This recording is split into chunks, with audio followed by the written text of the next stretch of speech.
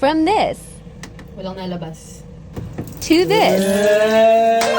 So, may problema tong washing machine namin. Ano nito din? Sharp. Sharp 7 kg. Ayan yung model niya. So, ang problem nitong washing machine nito is hindi lumalabas yung tubig. Eto, pakita ko sa inyo. O, kunwari, ayan, earrings. Sige, gawin natin yung 8. Start. Dapat yan, may lumalabas ng tubig dito. Walang lalabas. Naka-on na yung hose. Try natin i-repair. So, yung parts na binili ko, water inlet valve. Ayan yung papalitan natin. Sana gumana. So, bago natin ito buting-tingin, syempre kailangan naka-off yung tubig. Pinatay ko yung ay, may tubig pa nga kanina. Pero hindi lumalabas dun yung tubig. At bago natin ito buksan, kailangan nakapatay yung kuryente. Okay. Tuwin na natin.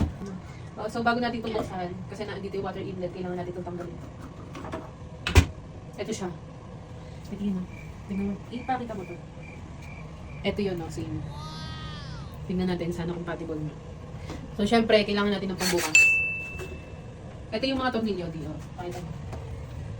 Ito yung kailangan tanggalin. May dalawang tornilyo sa dito.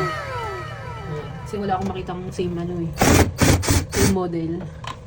Hindi masyadong na-explain kung paano tanggalin. Tanggalin mo lang pataas. Tatanggal niyan.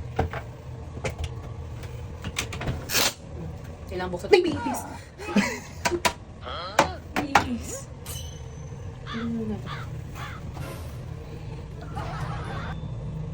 Ito yung water inlet na sira. So, kailangan natin tanggalin tong mga wire. Yan.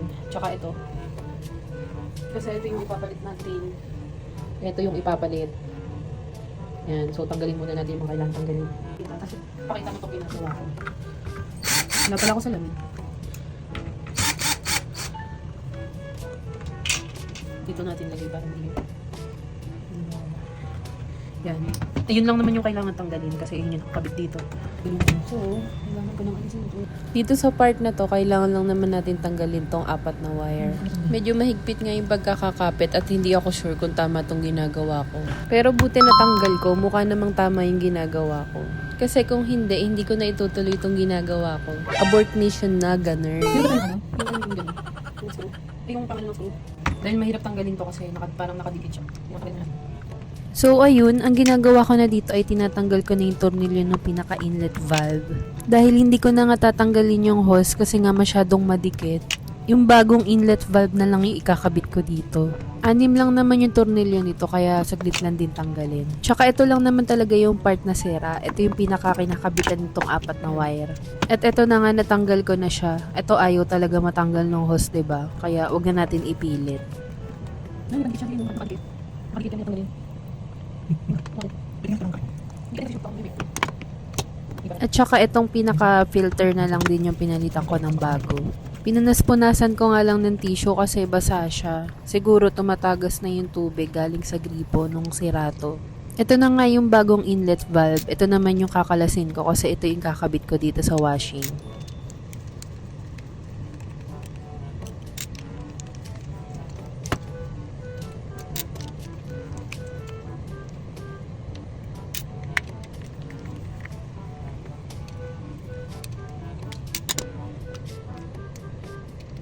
Ayan, 'di ba? Parehong-pareho sila. Dito naman inaayos ko lang yung pwesto nitong nakakabit dito na parang white rubber. Dito ko kasi isusuksok tong inlet valve. Ayan, 'di ba? Sakto. So ayun, ibalik niyo lang naman yung mga tornilyo na tinanggal niyo.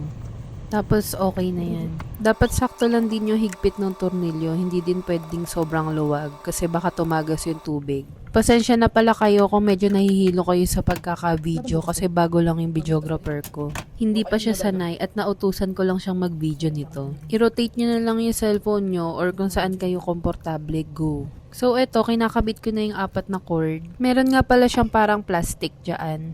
Feeling ko ito yung nagsusupport para hindi mabasa yung mga wire para hindi masira. Kumbaga may cover siya. Dito naman sa part na to ay binabalik ko na yung tornilyo ng cover na tinanggal ko. Hindi ko na naipakita sa inyo. Basta kung paano nyo tinanggal, ganun nyo din ibabalik. Hindi talaga ako technician na, mahilig lang ako magbuting-ting. Lakasan lang talaga ng loob.